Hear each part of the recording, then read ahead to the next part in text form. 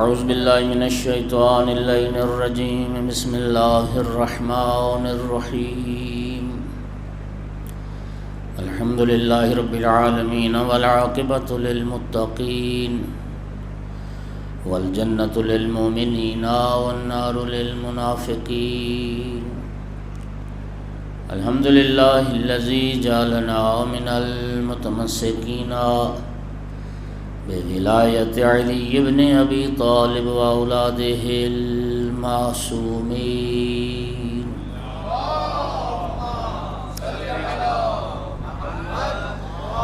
الحمد للہ الذی جعلنا من الباقین علی سید الشہداء واولادہ واصحابہ المظلومین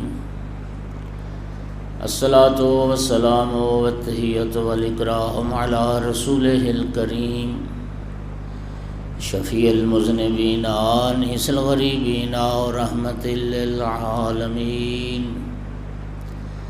اعنی العبد المؤید الرسول المسدد المحمود الاحمد المصطفى الامجد ابا القاسم محمد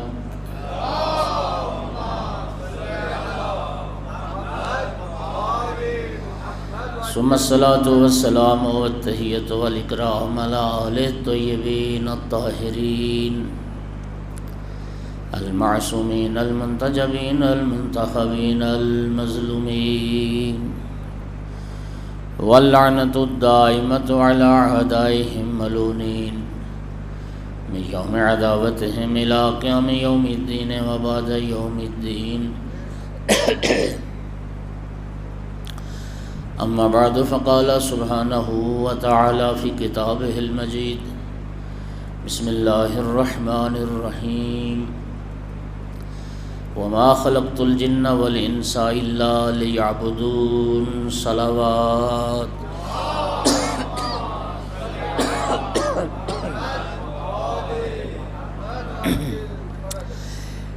مومنین کرام، قرآن پاک کی ایک معروف آیت مجید ہے جو میں نے تلاوت کی ہے، اور الحمدللہ بطفیل مجالس آپ نے اس آیت کو کئی بار سماعت فرمایا ہے۔ یہ آیت جس میں خداوند عالم نے جن و بشر کی غرض خلقت کو بیان فرمایا ہے، وما خلقت الجن والانس الا لیعبدون، اور غالباً اس آیت مجیدہ کا ترجمہ جو کیا جاتا ہے وہ یہی ہے۔ اللہ فرماتا ہے میں نے جن و بشر کو اس لیے پیدا کیا تھا کہ وہ میری عبادت کریں۔ اگر آپ تفسیر اہل بیت کی طرف رجوع فرمائیں تو آل محمد علیہ السلام نے یعبدون کی تفسیر یعرفون سے فرمائی ہے، اور اگر یعبدون یعرفون کے معنی میں ہو تو پھر آیت مجیدہ کا معنی یہ بنے گا کہ میں نے جن و بشر کو اس لیے پیدا کیا تاکہ وہ مجھے پہچانیں اور میری معرفت حاصل کریں۔ اسی معنی کی تائید کرتی ہے وہ حدیث قدسی کہ جس میں ارشاد ہوا کنت کنزا مخفیا فاحببت ان اعرف، میں ایک خزانہ مخفی تھا۔ اللہ پاک فرماتا ہے میں خزانہ مخفی تھا، میں نے چاہا کہ میں پہچانا جاؤں، تو میں نے اپنی پہچان کے لیے ایک مخلوق کو خلق کیا تاکہ میں پہچانا جاؤں۔ تو سامعین گرامی، اصل ہدف انسان کی خلقت کا وہ اللہ تعالیٰ کی معرفت ہے۔ جو عبادت ہے نا، عبادت اللہ کی عبادت، یہ اللہ کی معرفت کا نتیجہ ہے۔ عبادت ہوگی جب معرفت ہوگی، اور اس چیز کو خود مولا حسین علیہ السلام نے بیان فرمایا ہے۔ آپ ایک صلوات پڑھو آقا کی ذات میں۔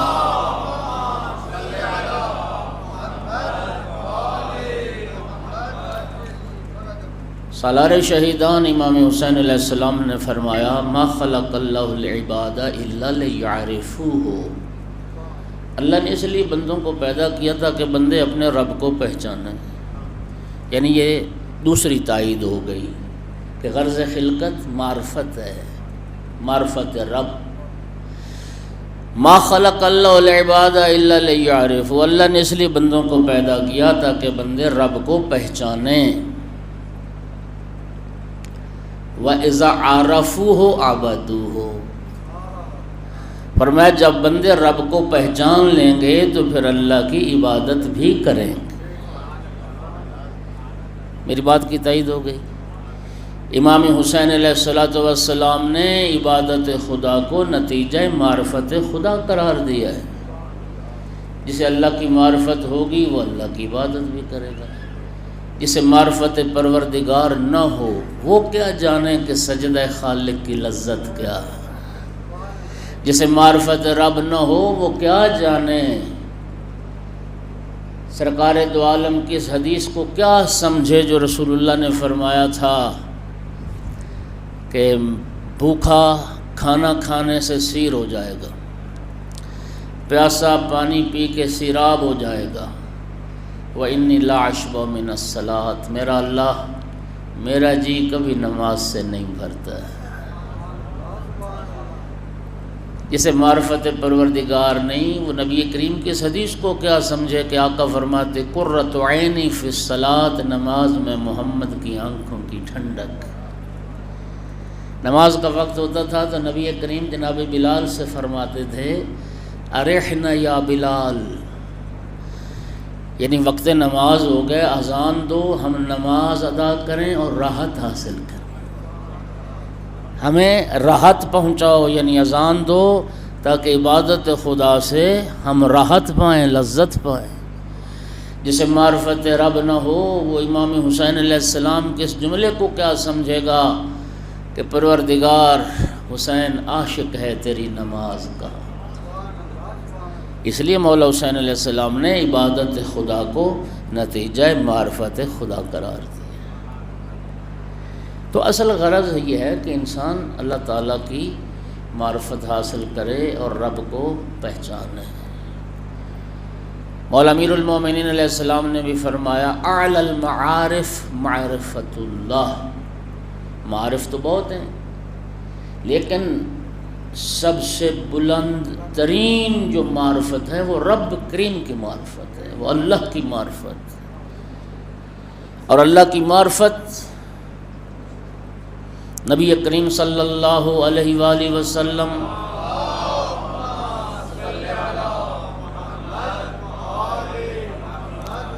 سنیے نبی کریم فرماتے ہیں اول العلم معرفت الجبار، اول علم، آغاز علم، ابتدائے علم وہ جبار کی معرفت۔ اور نہج البلاغہ میں مولا امیر المومنین علیہ السلام نے کیا فرمایا اول الدین معرفت ہو، ابتدائے دین اللہ کی معرفت۔ اور والی خراسان شہنشاہ عرب و عجم امام رضا علیہ السلام نے فرمایا اول عبادت معرفت اللہ، اول عبادت ہی معرفت خدا ہے، یعنی مولا رضا علیہ السلام نے معرفت خدا کو ہی سب سے پہلی عبادت قرار دیا۔ اول علم اللہ کی معرفت، اول دین اللہ کی معرفت، اول عبادت اللہ کی معرفت۔ اس کا معنی یہ ہے کہ جسے معرفت رب نہ ہو اس نے نہ علم کی دہلیز پر قدم رکھا، نہ دین کی دہلیز پر قدم رکھا، نہ عبادت کی دہلیز پر قدم رکھا۔ علم، دین، عبادت فرمان معصوم کے مطابق وہ اللہ کی معرفت۔ انسان رب کو پہچانے۔ اچھا اب رب کو کیوں کر پہچانے؟ توجہ چاہوں گا۔ دیکھیے سامعین گرامی، جہاں تک معرفت پروردگار کا تعلق ہے یہ بڑی عجیب منزل ہے۔ مولا امیر المومنین ارشاد فرماتے ہیں تفکروا فی خلق اللہ ولا تفکروا فی اللہ فتہلکوا، اللہ کی مخلوقات میں غور و فکر کرو، خود اللہ کی ذات میں غور و فکر نہ کرو ورنہ ہلاک ہو جاؤ۔ جہاں تک ذات خدا کا تعلق ہے حقیقت ذات پروردگار، اس حقیقت کو تو کوئی بھی نہیں پا سکتا۔ اسی چیز کی طرف مولا امیر المومنین نے اپنے پہلے خطبے میں اشارہ کیا نا، لا یدرکہ بود الہمم ولا ینالہ غوث الفتن، دریائے معرفت کے غوطہ زن بھی اس کی تہ کو نہیں پا سکتے، بلند ہمتیں بھی اس کا ادراک نہیں کر سکتے اس کی ذات کو۔ پھر خدا کو پہچانے کیوں کر؟ اللہ کی معرفت ہوگی، اللہ کی معرفت ہوگی آثار سے، علامات سے، اس کی مخلوقات سے۔ توجہ ہوگی حضرات؟ اس لیے خداوند عالم اللہ تعالیٰ نے قرآن مجید میں آفاق اور انفس میں غور و فکر اور تدبر کی دعوت دی ہے۔ آفاق میں نظر کرو، اور یقین کیجئے گا دوستو، علامہ ذیشان حیدر جوادی نے ایک بڑی خوبصورت بات کی۔ وہ فرماتے ہیں جہاں تک معرفت توحید کی بات ہے نا، وجود خدا کا اجمالی تصور انسان کی فطرت میں ہے۔ توجہ کیجئے، میں کیا عرض کر رہا ہوں، وجود خدا کا اجمالی تصور وہ انسان کی فطرت میں ہے۔ انسان صرف مصداق میں دھوکہ کھا گیا ہے کہ اس خدا کا، اس معبود حقیقی کا مصداق کون ہے۔ شہید مرتضیٰ مطہری نے بڑی خوبصورت مثال دی، ایک صلوات پڑھ دیجئے سارے حضرات۔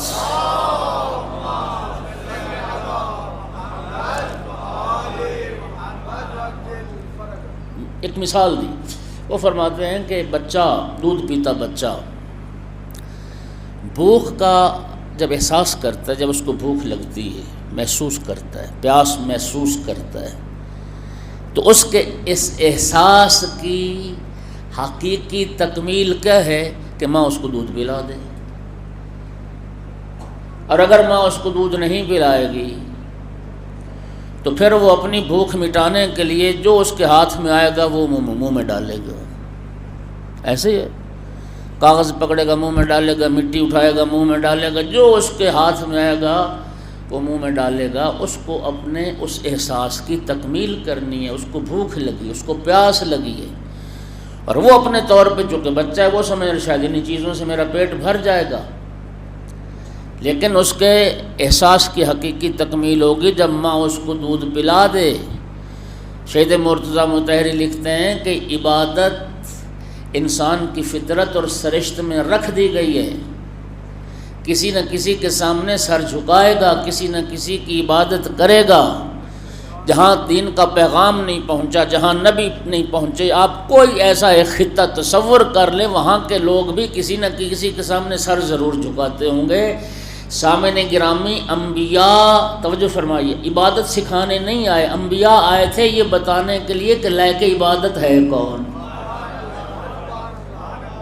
انبیاء معبود حقیقی کا تعارف کروانے آئے کہ یہ بت لائق عبادت نہیں ہے، یہ چاند سورج ستارے لائق عبادت نہیں ہیں، یہ دوسری مخلوقات لائق عبادت نہیں ہیں۔ لا الہ قولوا لا الہ الا اللہ، قائل ہو جاؤ اپنے وجود کے ساتھ کہ اللہ کے ذات کے سوا کوئی اور لائق عبادت نہیں ہے، صرف اللہ کی ذات ہے جو لائق عبادت۔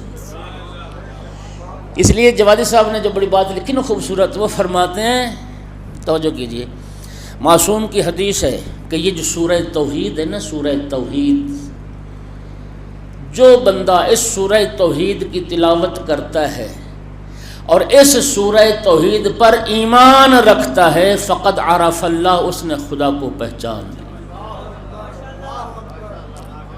یہ معرفت خدا کے درجے پہ پہنچ گیا جو سورہ توحید کی تلاوت کرتا ہے اور سورہ توحید پر ایمان رکھتا ہے۔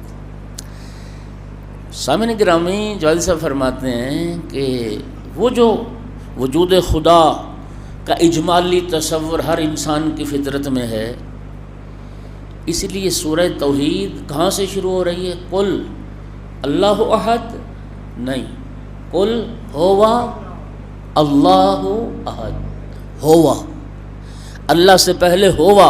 فرمایا یہ جو ہوا ہے نا، یہ ہو اشارہ اس ذات کی طرف جو ہر انسان کے سرشت اور فطرت میں ہے۔ توجہ چاہ رہا ہوں، اللہ سے شروع نہیں ہو رہی سورہ توحید، اس ہوا سے شروع ہو رہی ہے، اور ہوا وہ اجمالی تصور ہے اس معبود حقیقی کا جو ہر انسان کی فطرت میں ہے، اور وہ غیر واضح ہو گیا تھا، انبیاء اسی کو واضح کرنے آئے۔ وہ اللہ، وہ احد ہے۔ اگر سوال تعداد کا ہے، مشرکین پوچھتے تھے نا کہ اللہ کتنے ہیں، تعداد کا سوال ہے تو وہ احد ہے۔ اور پھر بتا دو اللہ الصمد، وہ صمد ہے، وہ بے نیاز ہے، وہ تمہارے خداؤں کی طرح محتاج نہیں ہے۔ کیا خوبصورت جملہ جوادی صاحب نے فرمایا کفر کے خداؤں میں 3 عیب تھے، کوئی بنائے تو بنے، کوئی بٹھائے تو بیٹھیں، کوئی ماننے والا ہو تو خدا ہی چلے۔ کفر کے خدا محتاج، ہمارا خدا بے نیاز۔ قل هو اللہ احد اللہ الصمد۔ اگلی بات بھی سنو، سامعین گرامی قدر، صرف ہمارا معبود حقیقی ہی صمد اور بے نیاز نہیں ہے، خداوند عالم نے اپنی ذات کے تعارف کے لیے جن ہستیوں کو خلق فرمایا انہیں بھی صفت صمدیت کا مظہر بنا کے بھیجا۔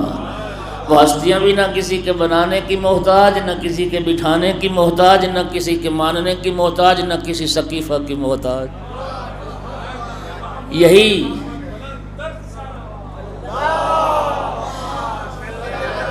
یہی وجہ تھی جب ظاہری خلافت ملی مولا امیر المومنین علیہ السلام کو 25 سال کے بعد، اور آقا امیر المومنین نے فرمایا الآن راجع الحق الی اہلہ، آج حق حقدار تک پہنچ گیا۔ اور مولا امیر المومنین منبر رسول پر جلوہ افروز ہوئے، اور وہاں اس زینے پر، اس عرشے پر جا بیٹھے جہاں رسول اللہ بیٹھا کرتے تھے۔ توجہ چاہ رہا ہوں،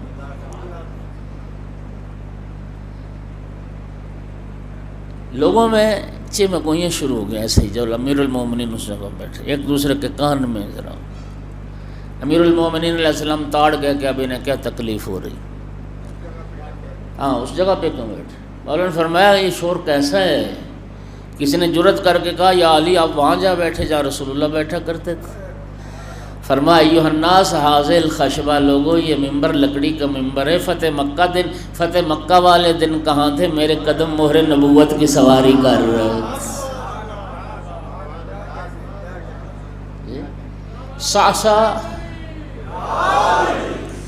صعصع بن سہان نے، یہ مولا امیر المومنین کے بڑے پیارے، بڑے وفادار، بڑے جانثار، بڑے قادر الکلام، توانا خطیب، شاعر، جناب صعصع بڑی عظمت والے ہیں۔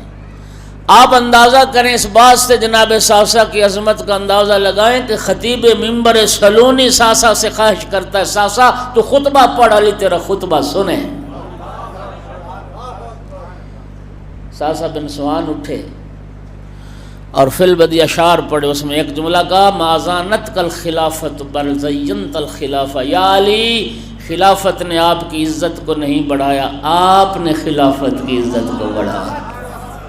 صلوات پڑھو محمد و آل محمد کی ذات۔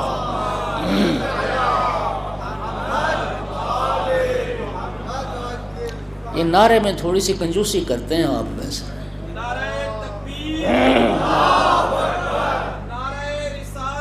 یا رسول اللہ، یا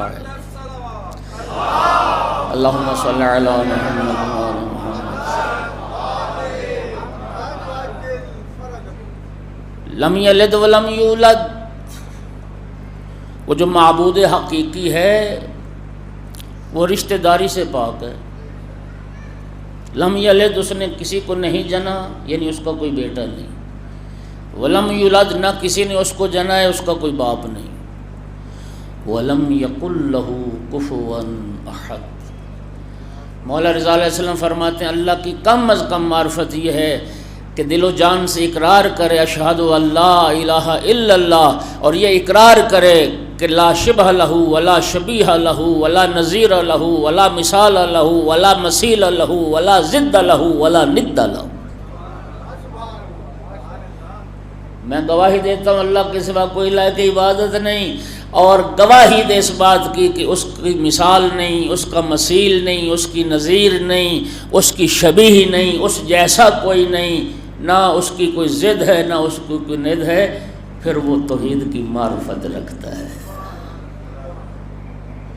توجہ ہوگی حضرات؟ ذرے سے لے کر یہ سورہ توحید، اس لیے تو حکم ہے کہ روزانہ کی 5 نمازوں میں سے کسی نماز میں سورہ توحید کا نہ پڑھنا مکروہ ہے، تمہاری نمازوں کا ثواب کم ہو جائے گا۔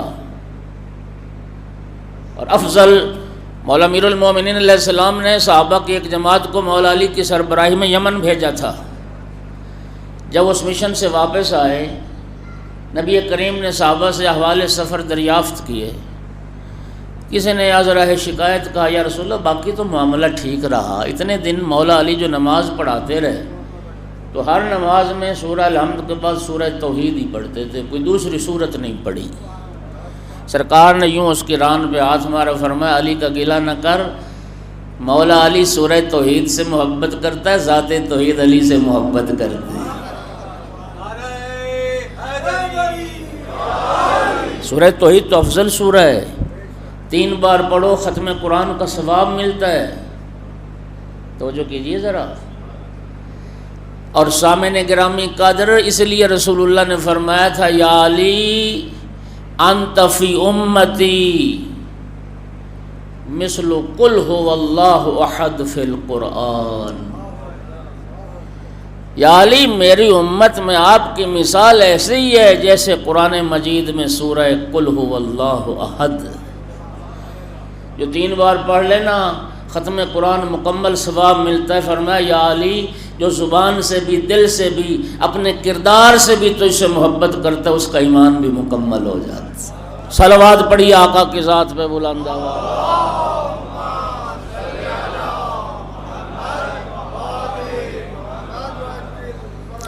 لہذا ذرے سے لے کر کہکشاں تک ایک ایک چیز وجود خدا کا پتہ دیتی ہے، اللہ کی قدرت کا بھی، اللہ کے وجود کا بھی، اللہ کے علم کا بھی، اس کے مدبر ہونے کا بھی، اس کے حکیم ہونے کا بھی پتہ دیتی ہے۔ توجہ چاہ رہا ہوں۔ لیکن سامعین گرامی، رب کریم کی معرفت کا کامل اور اکمل جو ذریعہ اور راستہ ہے وہ آل محمد کی معرفت اور امام کی معرفت۔ امام شناسی خدا شناسی کا ذریعہ ہے۔ چند حدیث پڑھ کے سناتا ہوں۔ مولا امیر المومنین کو خطاب کر کے فرمایا یا علی من عرف کا فقد عرفنی ومن عرفنی فقد عرف اللہ، یا علی جو آپ کو پہچانے گا وہی مجھے پہچانے گا، جو مجھے پہچانے گا وہی اللہ کو پہچانے گا۔ معرفت امیر المومنین معرفت رسول کا بھی ذریعہ ہے، معرفت خدا کا بھی ذریعہ ہے۔ خود مولا امیر المومنین نے ارشاد فرمایا لو شاء اللہ لعرف العباد نفسا ولکن جعلنا ابوابہ وصراطا، اگر اللہ چاہتا ڈائریکٹ اپنے بندوں کو اپنی معرفت کروا سکتا تھا، لیکن اللہ رب العزت نے اپنی معرفت کا دروازہ ہمیں بنایا ہے۔ امام باقر علیہ السلام کی حدیث ہے طلب المعارف من غیر طریقنا مساوق لانکارنا،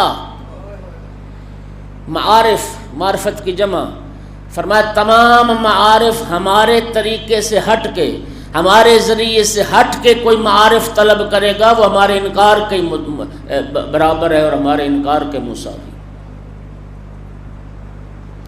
اللہ چاہتا تو ڈائریکٹ اپنی معرفت کروا سکتا تھا، لیکن اللہ نے اپنی معرفت کا دروازہ ذریعہ ہمیں بنایا ہے۔ اور زیارت جامع کبیرہ امام علی نقی علیہ السلام کی تعلیم کردہ زیارت جو معرفت امامت کا دائرۃ المعارف، اس میں ایک اس میں 2 جملے سناتا ہوں. من اراد اللہ بادہ بکم، امام علی نقی علیہ السلام فرما رہے ہیں جو خدا تک پہنچنا چاہتا ہے وہ آل محمد تک پہنچے. جو خدا تک پہنچنا چاہتا ہے بادہ بکم آل رسول سے شروع کرے. السلام علیکم یا محال معرفت اللہ، سلام محمد و آل محمد پر جو معرفت خدا کے محل ہیں اور معرفت خدا کے مقامات.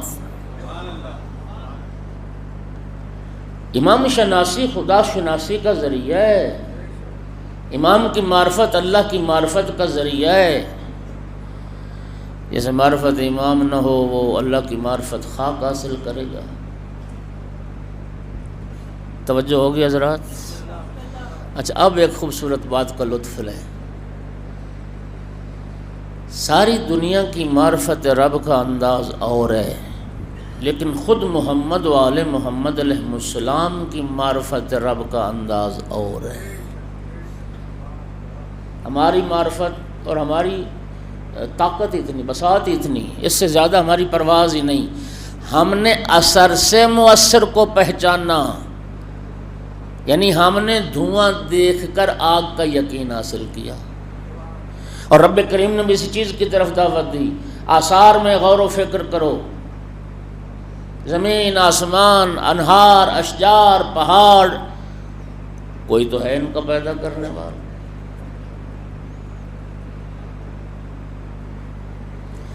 ساری دنیا نے اثر سے مؤثر کو پہچانا ہے، لیکن محمد و آل محمد نے اثر سے مؤثر کو، آثار سے، مخلوقات کے ذریعے اللہ کو نہیں پہچانا، اللہ کو اللہ ہونے سے پہچانا ہے.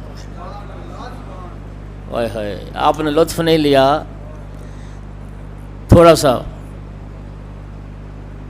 آقا امیر المومنین علیہ السلام کی دعائے صباح جو ہر صبح کو پڑھنے کی معصور ہے، منقول ہے، دعائے صباح. کیا خوبصورت جملہ ہے. مولا علی فرماتے یا من دل بذاتہ علی ذاتہ. اللہ اکبر. اے وہ ذات جس نے اپنی ذات سے اپنی ذات کی طرف رہنمائی فرمائی ہے. کمال ہو گیا یار. صفات سے ذات کی طرف نہیں، مخلوقات سے ذات کی طرف نہیں، جس نے اپنی ذات سے اپنی ذات کی طرف رہنمائی فرمائی. مولا سجاد علیہ السلام کا جملہ سنو. الہی عرفتو کا بیکا، معبود میں نے تجھے تیرے ہونے سے پہچانا. لولا انتا لم ادر ما انتا، معبود تو نہ ہوتا میں کیا جانتا کہ تو کیا ہے. انت الذی دللتنی علیک ودعوتنی الیک، میرا اللہ خود تیری ذات نے تیری ذات کی طرف میری رہنمائی کی، اور خود تیری ذات نے مجھے تیری طرف دعوت دی. یہ مولا سجاد علیہ السلام کا جملہ. اور اب دعا عرفہ کا بھی ایک جملہ مولا حسین علیہ السلام کی دعا، سمندر معرفت توحید کا سمندر. سنیے کیا جملہ ہے. الہی کیف یستدل علیک بما هو فی وجودہ مفتقر الیک، میرا اللہ وہ شے تیرے وجود کا پتہ کیسے دے سکتی ہے جو اپنے وجود میں تیری محتاج ہے. اوئے ہوئے، جنہیں سمجھ آئی میرا تھوڑا بولو میرے ساتھ. کیفا، اللہ اکبر، یا رسول اللہ.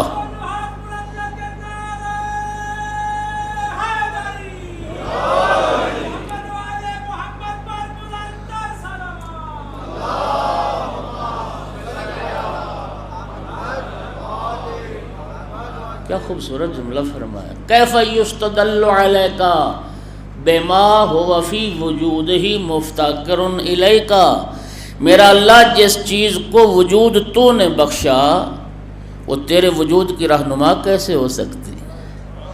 جو اپنے وجود میں تیری محتاج ہے وہ تیری رہنما کیسے ہو سکتی ہے؟ وہ تیرے اس کے ذریعے تجھ تک کیسے پہنچا جا سکتا ہے؟ ایکون لغیرک من الظہور ما ہوا لکا، پروردگارا تیرا غیر ظاہر ہے جسے تو نے خلق کیا، جس شے کو تو نے وجود بخشا وہ ظاہر ہے اور تو ظاہر نہیں ہے، جسے تو نے وجود بخشا وہ ظاہر ہو اور تو ظاہر نہ ہو۔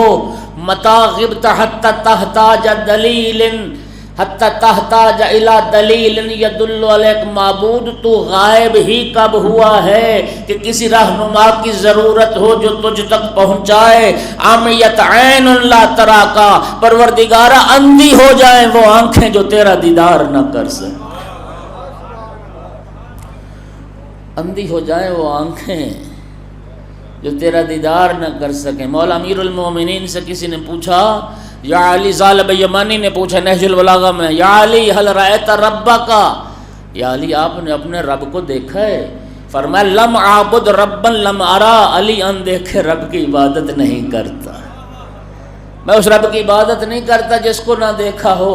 پھر فرمایا ظالم کسی شک و ریب میں مبتلا نہ ہو جانا، لا تدرک العیون بمشاہدۃ العیان بل تدرکہ القلوب بحقائق الایمان، اللہ کی ذات کو ان ظاہری آنکھوں سے درک نہیں کیا جا سکتا، ان ظاہری آنکھوں سے نہیں دیکھا جا سکتا، دل ایمان کی حقیقت سے اس کا ادراک کرتے۔ اللہ اکبر،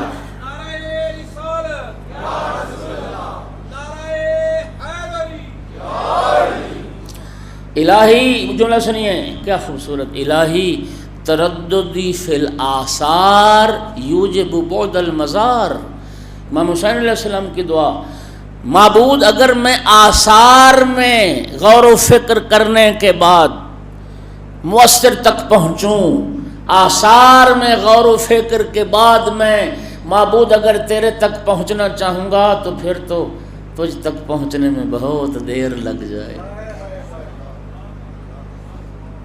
اثر کے ذریعے مؤثر تک اگر پہنچوں گا تو معبود تجھ تک پہنچتے پہنچتے بہت دیر ہو جائے گی۔ پروردگارا تو نے خود ہماری رہنمائی اپنی ذات کی طرف فرمائی، اس لیے مولا میر کا یہ جملہ ذرا سنیں۔ مولا میر فرماتے ہیں کیا مقام معرفت پروردگار، ما رأیت من شیء الا ورأیت اللہ قبلہ ومعہ وبعدہ۔ مولا علی فرماتے ہیں میں تو دنیا کائنات کی جس شے کو بھی دیکھتا ہوں اس سے پہلے بھی خدا کو دیکھتا ہوں، اس کے ساتھ بھی خدا کو دیکھتا ہوں، اس کے بعد بھی خدا کو دیکھتا ہوں، اس کے بعد بھی خدا کو دیکھتا ہوں۔ اللہ اکبر۔ اس لیے رسول اللہ نے فرمایا یا علی، اللہ کی معرفت جو معرفت کا حق ہے یا تجھے ہے یا مجھے ہے، میری معرفت یا اللہ کو ہے یا علی یا تجھے ہے، یا علی تیری معرفت بھی یا خدا کو ہے یا مجھے ہے۔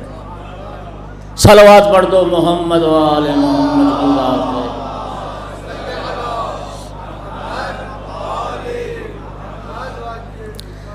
اب اگر اجازت دیں تو آقا امیر المومنین علیہ السلام کے معرفت بھرے نورانی کلمات، لیکن پہلے ان کلمات سے پہلے وہ بات سن لو۔ میں نے کہا نا کہ پوری دنیا کی معرفت رب کا انداز اور ہے، محمد و آل محمد علیہ السلام کی معرفت خدا کا انداز اور ہے۔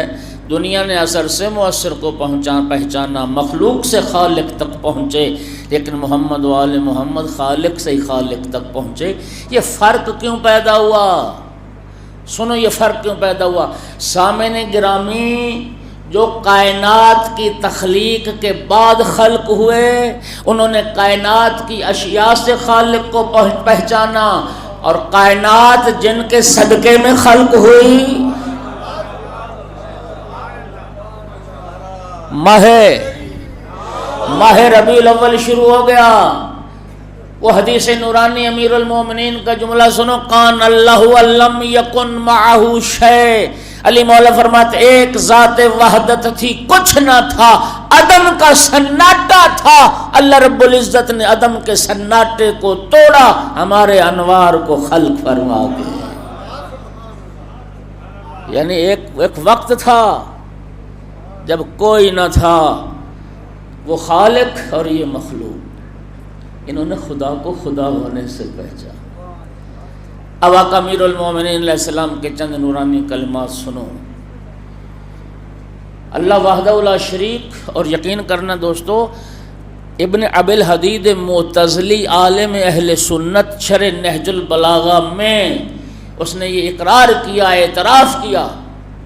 وہ کہتا ہے توحید کے موضوع پر اور صفات توحید کے موضوع پر جیسے خطبہ مولا علی علیہ السلام نے پڑھے، صحابہ میں سے کسی صحابی کے بس کی بات ہی نہیں تھی توحید کے موضوع پر ایسا خطبہ دے سکے۔ توحید کے تعارف میں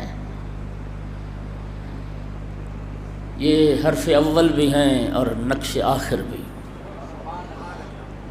اب چند نورانی کلمات سنیں، ایک صلوات بلند آواز سے پڑھ دو سارا۔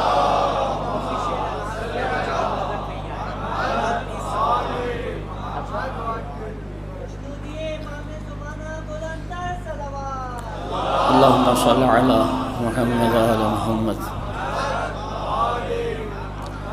ابھی اعلان نہیں ہوا، ہاں جی، چاند نظر نہیں آیا؟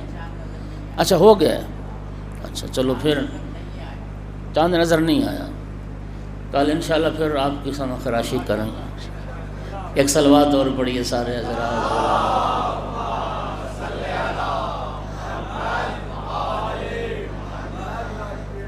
امیر المومنین علیہ السلام نے پروردگار عالم کا تعارف کیا کروایا؟ چند جملے نورانی سنیے۔ من اشار الیہ فقد حدہ ومن حدہ فقد عدہ۔ جس نے اللہ کو اشارے کے قابل سمجھا اس نے خدا کو محدود کر دیا۔ اشارے کی خاصیت یہ ہے نا کہ اشارہ کسی چیز کی طرف ہو نہیں سکتا جب تک کوئی شے کسی جہت میں نہ ہو، اور جب کوئی شے کسی جہت میں ہوگی تو محدود ہو جائے گی، جو محدود ہو جائے وہ خدا نہیں ہوتی۔ من اشارہ الیہ فقد حدہ، جس نے اللہ کو اشارے کے قابل سمجھا اس نے خدا کو محدود کر دیا۔ ومن حدہ فقد عدہ، اور جس نے محدود کر دیا پھر وہ تو گنتی کے قابل ہو گیا، وہ گنتی میں آنے لگا، ایک بن گیا، اکائی بن گیا۔ ومن قال الا ومن قال فیما، جس نے کہا خدا کس میں ہے، فقد ضمنہ، اس نے تو خدا کو کسی چیز کے ضمن میں فرض کر لیا۔ ومن قال علاما، اور جس نے کہا خدا کس پر ہے، خدا کو کسی چیز پر بٹھا دیا، فقد اخلا منہ، تو پھر نیچے والا علاقہ تو وجود خدا سے خالی ہو گیا۔ عاشیو اپنے عقیدہ توحید پر ناز کرو، وہ اور ہیں جن کا خدا کرسی میں سما جائے، ہمارا خدا وہ ہے واسع کرسی السماوات والارض،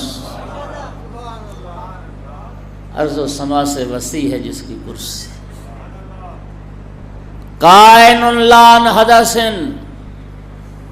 میں یہ جملہ ضرور سناتا ہوں، مفتی جعفر حسین صاحب قبلہ اللہ مقامہ رنالہ خرد میں ایک مرتبہ تشریف لائے، مولانا غلام شبیر شیرازی قبلہ اللہ انہیں صحت والی لمبی زندگی دے، بزرگ ہیں۔ انہوں نے مفتی صاحب قبلہ سے پوچھا، قبلہ آپ کے بڑی مذہبی دینی خدمات ہیں، مدارس قائم کیے، شاگرد پیدا کیے، قیادت کی ملت کی،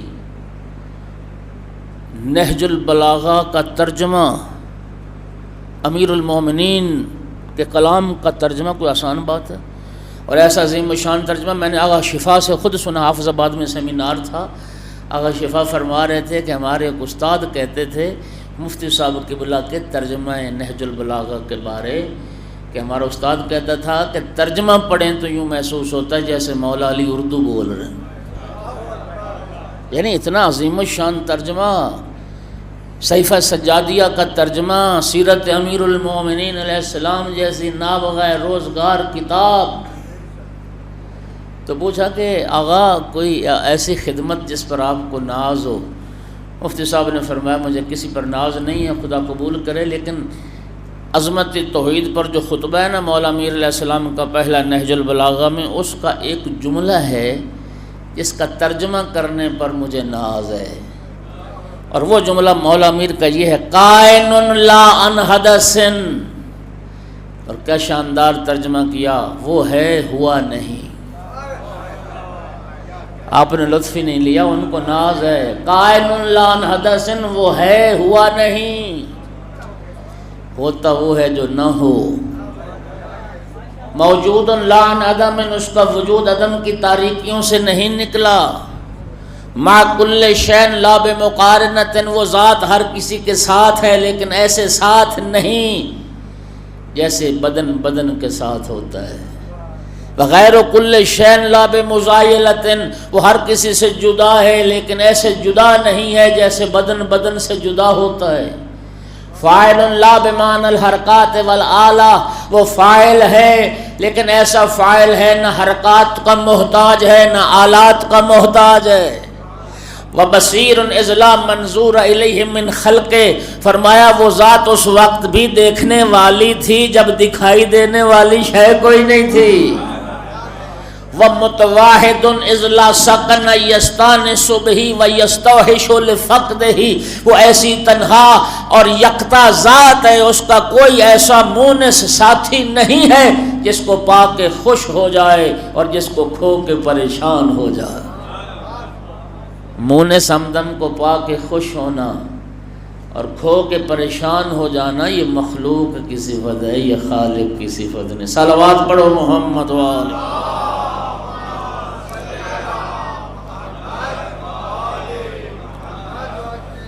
بس دو جملے ذکر مصیبت کے۔ سامعین گرامی، 11 محرم نبی زادیوں کو قیدی بنا کے کربلا سے لے چلے، بے پلان اونٹوں پہ سوار کیا۔ 11 محرم کو شہیدان کربلا کے سر تن سے جدا کیے، ان سروں کو نیزوں پر سوار کیا۔ عزادارو، تمام شہیدان کربلا کے سر نوکے نیزہ پہ سوار کیے گئے سوائے ایک سر کے، اور جانتے وہ سر ام البنین کے لال عباس کا سر تھا۔ آقا عباس کا سر نوکے نیزہ پہ سوار کیوں نہ ہوا؟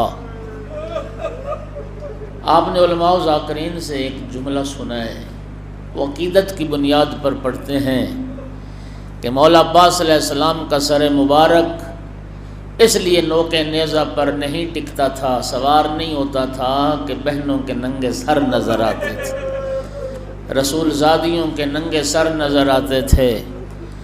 عزادارو، اگر وجہ یہ ہے تو میرا سوال ہے کہ اگر مولا عباس علیہ السلام نبی زادیوں کے ننگے سر نہیں دیکھ سکتے تھے، مولا عباس علیہ السلام کے باقی بھائی دیکھ سکتے تھے؟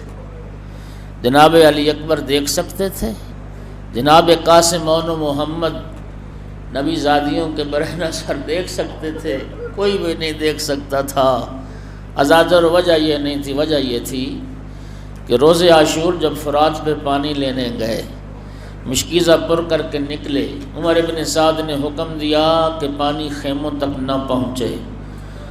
عزادارو، دایاں بازو قلم ہوا، بایاں بازو قلم ہوا، 4000 تیر انداز، اور ابن سعد نے حکم دیا کہ پانی خیموں تک نہ پہنچے۔ اب عزادارو، میری یہ تحقیق ہے اور میں نے مقتل کا مطالعہ کیا ہے کہ مولا عباس علیہ السلام کی اتنی مظلومانہ شہادت ہے کہ مولا عباس کی شہادت کما حق کو نہ لکھی گئی نہ پڑھی گئی۔ آپ صرف اسی بات پہ ذرا غور کریں، 4000 تیر انداز، ان کا نشانہ ایک عباس۔ کیا حالت ہو گئی ہوگی آقا عباس کے بدن اطہر کی۔ عزادارو، بدن میں تیر پیوست ہوئے، ایک تیر آقا عباس کی دائیں آنکھ میں پیوست ہوا۔ میرے آقا عباس نے زور زور سے سر کو جھٹکا دیا کہ جھٹکے سے تیر نکل جائے، لیکن جھٹکے سے تیر نہیں نکلا۔ بازو کٹ چکے تھے، آقا عباس گھوڑے پر جھکے، اپنے زانو بلند کیے تاکہ 2 زانوؤں کے درمیان پکڑ کے یوں تیر کو نکال لیں۔ گھوڑے کے زین پر جھکنا تھا، ایک شکی نے اتنا وزنی گرز مارا سر اقدس پر، عزادارو مجھے معاف کرنا، آقا عباس کا سر کچلا گیا تھا، مولا عباس کا سر نوکے نیزہ پہ سواری کے قابل ہی نہیں رہا تھا، اس لیے کپڑے میں باندھ کے گھوڑے کی گردن سے لٹکایا گیا، اور اسی کیفیت میں یہ سر کربلا سے کوفہ اور کوفہ سے شام تک لے جایا گیا۔ اجرکم علی اللہ، کربلا سے یہ سر کوفہ لے جائے گئے، اور کوفہ سے جب یہ لوٹا قافلہ چلا، عزادارو 16 سر آل محمد کے گھرانے کے جو ان یزیدیوں کی نگاہ میں بڑے قیمتی سر تھے، ان کے لیے ایک لکڑی کا صندوق بنوایا گیا۔ غرض یہ تھی کہ یہ سر جن کے بڑی توقع تھی یزید سے بہت انعام ملے گا، ان 16 سروں کو جب بستیوں سے گزر ہوتا تھا نیزوں پہ سوار کر لیتے تھے، جب رات کو قیام کرتے تھے وہ نیزوں سے اتار کے اس صندوق میں بند کر کے تالا لگا کے رکھتے تاکہ آل محمد کے چاہنے والے ہم پر حملہ کر کے یہ سر ہم سے چھین نہ لیں۔ عزادارو منزلیں طے ہوتی گئیں، ایک ایک یزیدی کے پاس ایک ایک سر تھا۔ اس ملعون کے پاس مولا حسین علیہ السلام کا سر مبارک تھا۔ وہ شقی روایت کرتا ہے کہ جب قافلہ حلب کی طرف چلا، راستے میں جلدی کوئی منزل نہ آئی، اس دن ہم نے 2 برابر سفر کیا، دگنا سفر ہمیں طے کرنا پڑا، پھر ایک منزل آئی۔ کہتا ہے اس دن ہم اتنے تھک گئے تھے کہ تھکاوٹ سے ہمارے بدن چور چور ہو گئے، گویا ہمارے بدن سے جان نکل گئی ہو۔ عزادارو جو گھوڑوں پر سوار تھے ان کی حالت یہ ہو گئی، جو بے پلان اونٹوں پر سوار تھے، نبی زادیوں پر کیا قیامت گزر گئی۔ شکی کہتا ہے ہم گھوڑوں سے اترے، ہمارے لیے دسترخوان لگے، اتنے تھکے ہوئے تھے۔ اس دن ہمارے اندر یہ ہمت نہ رہی کہ ہم سروں کو نیزوں سے جدا کریں، پھر صندوق میں بند کر کے تالا لگا کے رکھیں۔ ہر کسی نے نیزہ اپنے پہلو میں لٹایا اور ہم سو گئے۔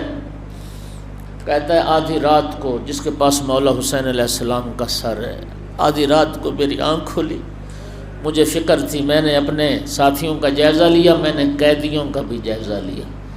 کہتا ہے میں چاند کی روشنی میں کیا دیکھتا ہوں، حسین کی چھوٹی بیٹی سکینہ آہستہ آہستہ میری جانب آ رہی ہے۔ کہتا ہے میں ساری صورتحال سمجھ گیا کہ آج اس بچی کو یہ علم ہے کہ میرے بابا کا سر صندوق میں بند نہیں ہے، میرے بابا کا سر صندوق سے باہر ہے۔ یقیناً وہ بچی بابا سے ملنا چاہتی تھی، لیکن جب بچی نے مجھے دیکھا نا، بچی کے قدم رک گئے، بچی سہم گئی۔ لیکن کہتا میں دیکھنا چاہتا تھا کہ یہ بچی آج کیا کرنا چاہتی ہے۔ کہتا میں زمین پہ لیٹ گیا، اپنی آنکھیں میں نے کھلی رکھی۔ تھوڑی دیر کے بعد بچی کو جب اطمینان ہو گیا کہ میں سو گیا ہوں، آہستہ آہستہ قدم اٹھاتی میرے قریب آئی۔ کہتا میں نے دیکھا بڑے آرام کے ساتھ بیٹی نے بابا کا سر نیزے سے اتارا۔ جو بیٹیوں والے بیٹھے ہو، میں تمہیں دعوت دے رہا ہوں، آپ جاتے ہوں گے بیٹیوں سے ملنے اور بیٹیاں آتی ہوں گی آپ سے ملنے، جن کے گھروں میں چھوٹی بیٹیاں ہیں۔ شقی کہتا میں نے دیکھا بیٹی نے بڑے آرام سے بابا کے سر کو نیزے سے اتارا، سسکیاں لے لے کے رو رہی تھی، اپنے رونے پہ قابو پا رہی تھی، آواز تاکہ میری بلند نہ ہو۔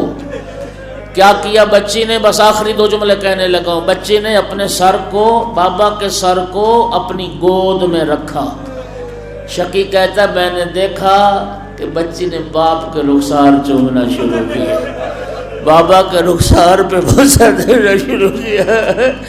شقی کہتا میں اس وقت تڑپ گیا جب میں نے یہ دیکھا کہ بچی بابا کے رخسار چوم رہی ہے، اور میں نے دیکھا حسین کے لب بھی متحرک تھے اور مولا حسین بیٹی کے رخسار چھو رہے تھے۔